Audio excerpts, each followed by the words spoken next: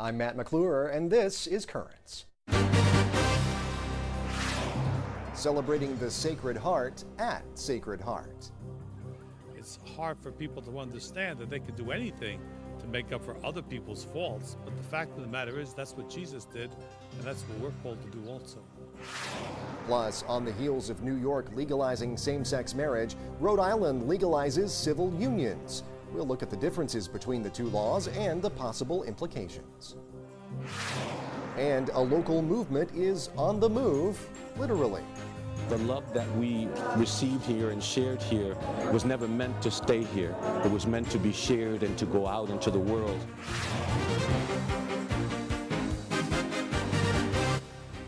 Well, good evening, and thanks so much for joining us tonight.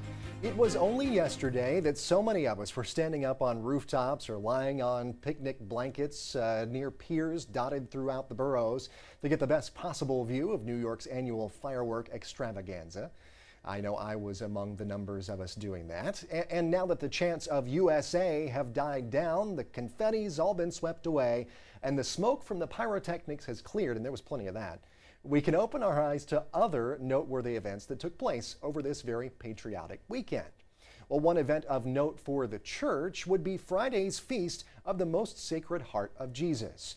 The popular tradition dates back to as far back as the 11th century, and it's meant to be a devotion that represents Jesus' heart, not just his physical heart, but his compassion and love for all mankind.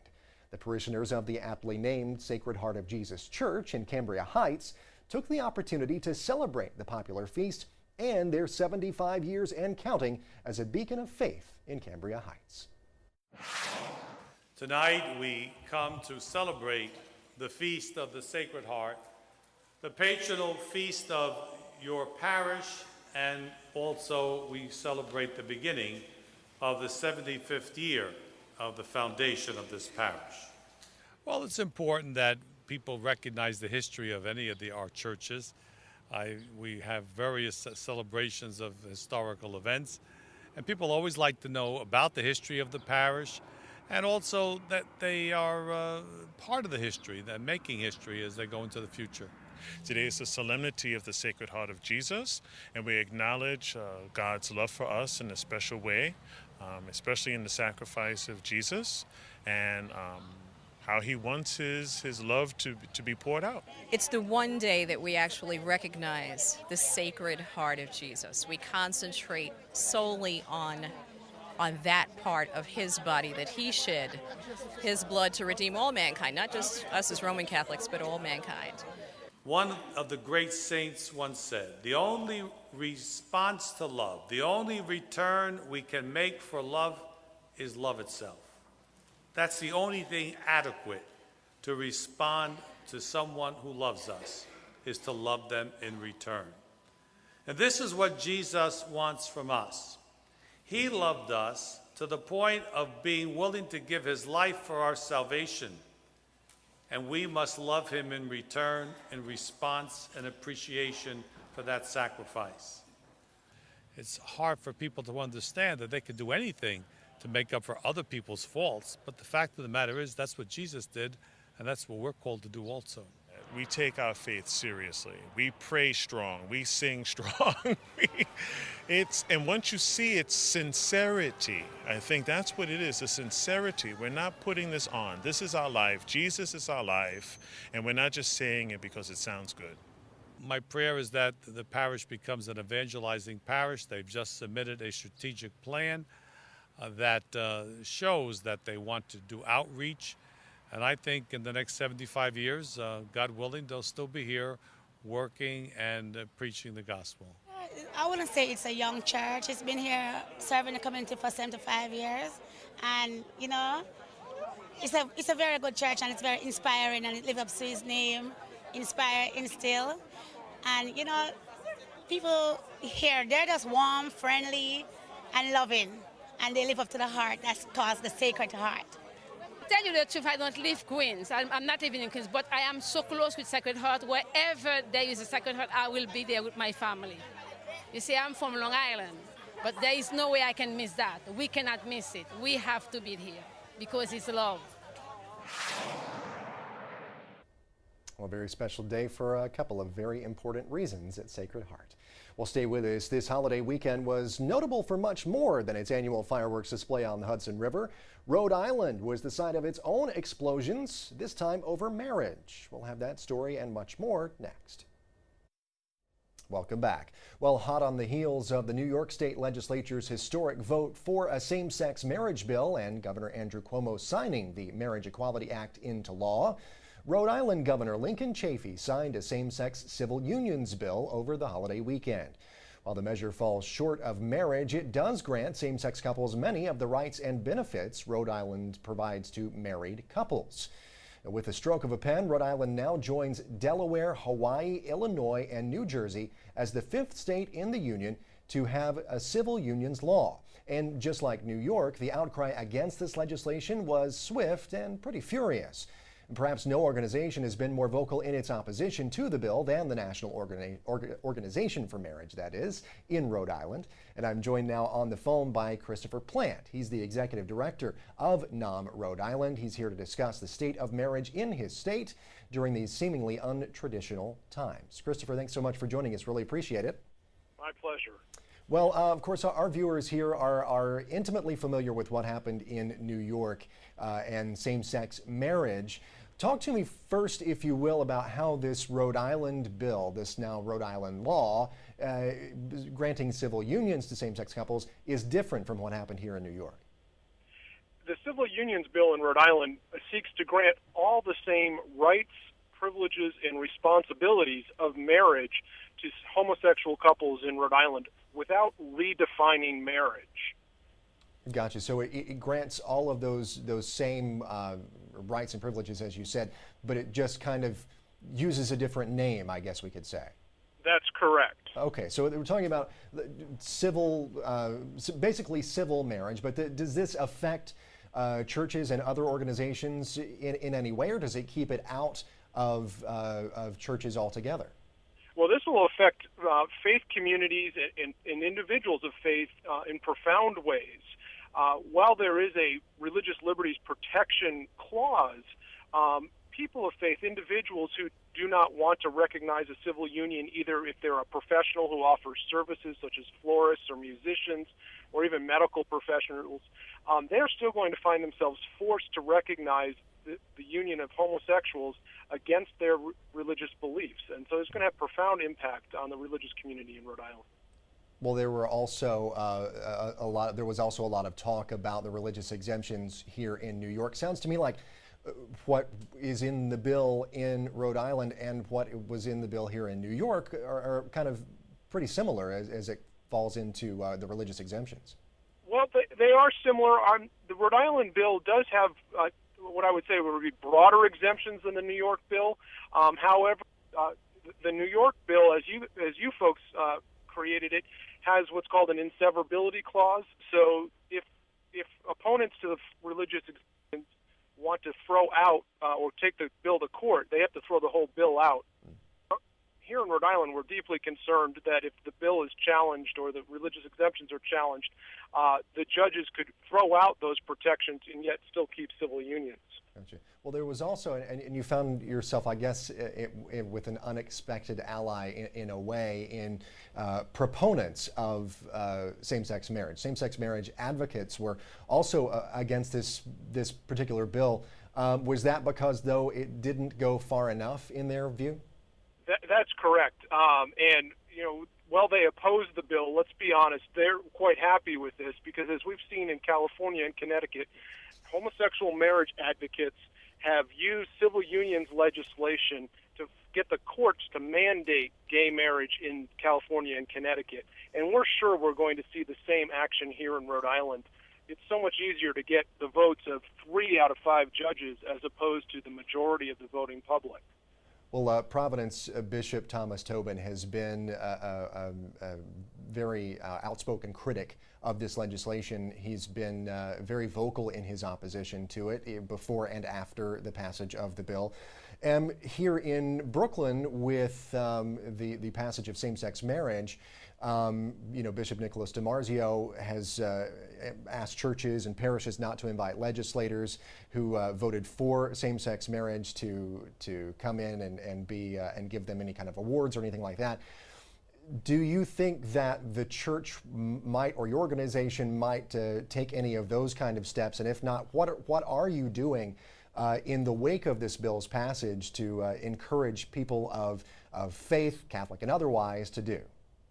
Well, first and foremost, we're encouraging them to keep engaged, because this is only civil unions, and we know that the homosexual marriage advocates will be back in January in the next legislative session demanding more.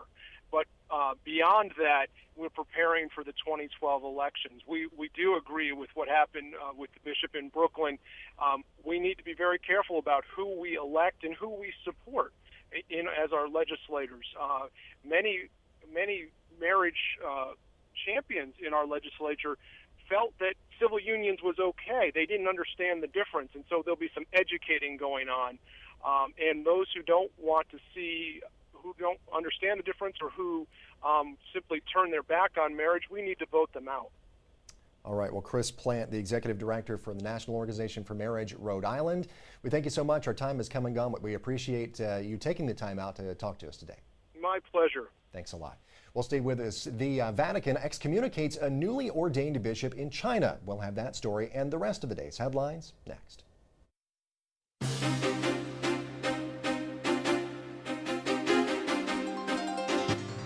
Welcome back to Currents. I'm Matt McClure. Coming up in just a bit, a local youth ministry is on the move. But first, let's turn to the day's headlines. Well, after warning China about possible implications of ordaining bishops without Vatican approval, the Holy See has excommunicated a newly ordained prelate. Rome Reports has the details. In a strongly worded statement, the Vatican has condemned the recent illicit ordination of a Chinese bishop without papal approval. Paul Lei Shein was ordained a bishop by the Chinese government-backed church on June 29th. The illicit ordination is against the church's canon law and has resulted in the excommunication of Paul Lei Shein.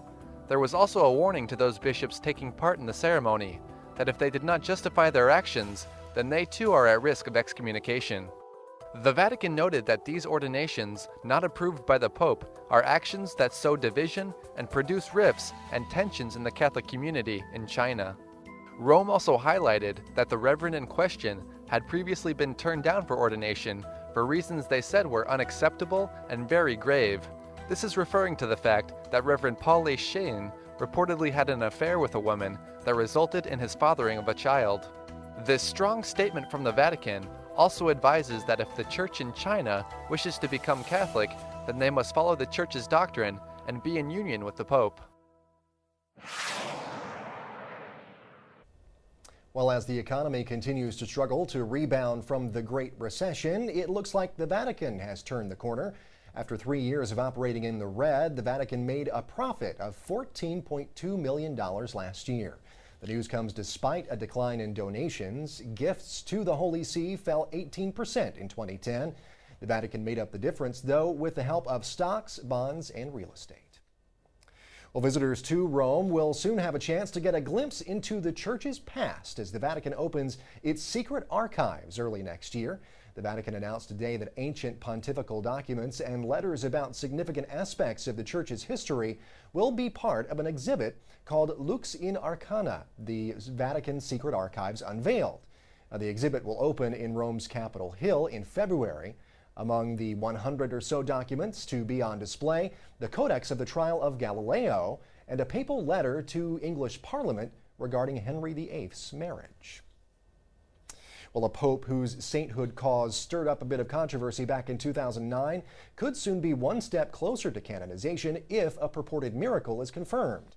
An Italian woman says she was miraculously cured from a rare and aggressive form of cancer after praying to Pope Pius XII in 2005. If confirmed, this miracle would pave the way for Pius to be beatified. Pope Benedict brought Pius XII one step closer to sainthood in 2009 by declaring he lived a life of heroic virtue. Some Jewish groups rather criticized that move because they said that he failed to do enough to stop the Holocaust.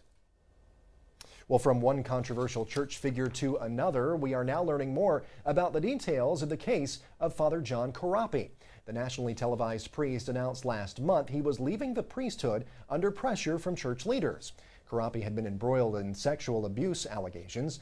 Well, now the National Catholic Register is reporting that the head of Corapi's religious order, the Society of Our Lady of the Most Holy Trinity, also known as SOLT, says Father Corapi resigned from the order early last month. The statement also accuses Corapi of misleading the public and says SOLT's fact-finding team found multiple instances of wrongdoing, including Corapi having sexual relations with a prostitute, alcohol and drug abuse, and sending text messages of a sexual nature to several women. We'll put the statement, all the complete text of that statement up on our website for you to see. It's over at currentsny.net. Well, coming soon to British TV stations, more ads for abortion providers. The website Life News, reporting the Broadcast Committee of Advertising Practice, has given the go-ahead for for-profit abortion providers to begin airing commercials. Now, previously, only non-profit abortion centers could advertise on British TV. Closer to home, New Jersey Governor Chris Christie personally removed $7.5 million in funds for Planned Parenthood in his state before he signed the new budget last week. Reports say Governor Christie cut a total of $900 million from the Democratic proposed spending plan before signing it into law. The money taken from Planned Parenthood will be redirected to federal health centers. In Miami, Haitian Catholics will soon get a new church home. The parish of Notre Dame de Haiti, or the Our Lady of Haiti, has been located in a former school cafeteria for 30 years. Reports say the building can barely contain its 1,500 parishioners who show up for Sunday morning Mass, or the thousands more who come to special events there. Well, relief is on the way in the form of a new $3.2 million church building. The Archdiocese of Miami celebrated a blessing of the new site last week. And finally, when the Pope tweets, the world follows. Yes, Pope Benedict tweeted for the very first time on June 28th when he announced the launch of the website news.va. Well, reports say thousands of people retweeted that message and thousands more became followers of the Vatican's English Twitter account. In fact, after the Pope's tweet, the number of followers of the channel quadrupled to more than 65,000. Well, stay with us. There is much more Currents coming up. When we return, they minister to the young people of the Brooklyn Diocese, and now they're doing it from a new home. Home is where the heart is. Well, then if you have God inside your heart, you're always home. So no matter where you go, you will always be home.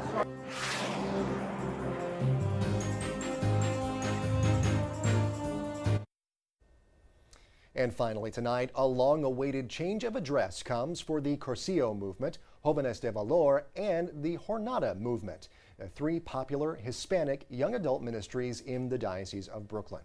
For 44 years, the Jornada Movement called the Saints Peter and Paul Spirituality Center, a plain red brick house in Cobble Hill, Brooklyn, home. For over 4 decades, it was in that unassuming building where young men and women prayed, praised, and grew in their faith together.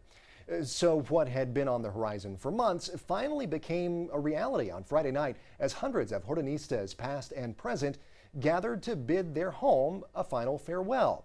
And as they shut the doors to the center for good, many carried their memories and their newfound energy for evangelization right along with them as they journeyed by foot to their new home at Transfiguration Parish in Williamsburg. You always say home is where the heart is. Well, then if you have God inside your heart, you're always home. So no matter where you go, you will always be home.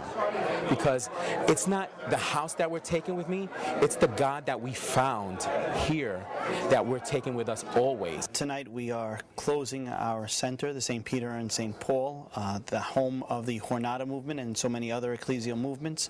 We're closing the doors for the last time. When I presented this to the Jornadistas, I quoted John Paul II when he opened the doors in the year 2000, where he said, we look at the past with gratitude we look at the future with hope, and we live in the present with passion. The house has been with us for a long time. It holds a lot of great memories for a lot of us who've been here from the start. The movement has been part of my family for generations already.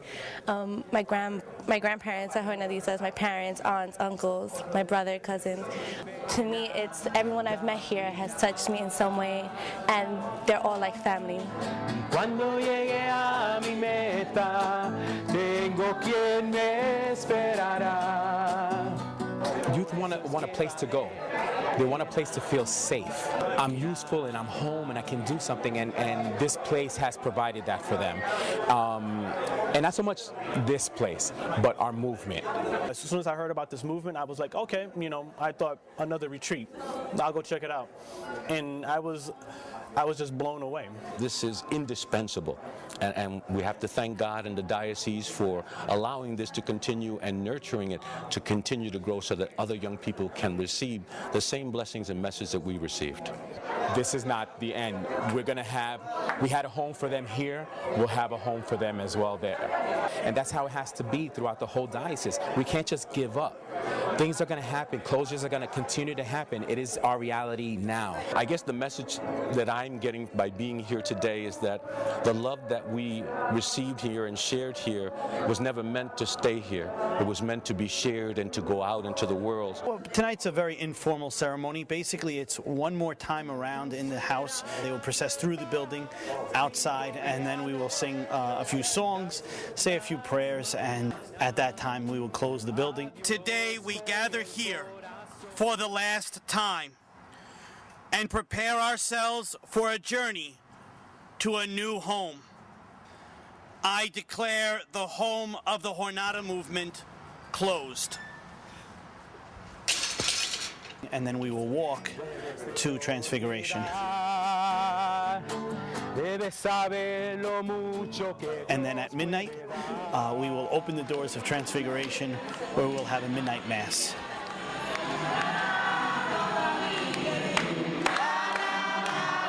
We get to Transfiguration, it's a celebration. We are home now in the Transfiguration, so no more tears, we're home. Well, one door closes and another opens, literally, for the Jornada Movement. And of course, we wish them all the best. We'll keep them in our thoughts and prayers as they move forward to a new chapter. Well, that is it for this edition of Currents. Now be sure to join us tomorrow as we visit a local celebration for the cause of a man who lived his early life as a slave, but is only a couple of miracles away from being made a saint. Until then, though, be sure and visit us online over at currentsny.net. You can also check us out on Facebook and on Twitter. And you'll want to keep your finger off of that remote or that dial, because if it is Tuesday night, it is another new episode of Net's foodie favorite, Breaking Bread. And it's coming up at 8 right after our show here on Net. Well, for all of us here at Currents, I just wanted to say as well, thanks to Francesca Maxime for filling in for me last week. But for all of us here at Currents, I'm Matt McClure. Thank you so much for watching. Have a great night.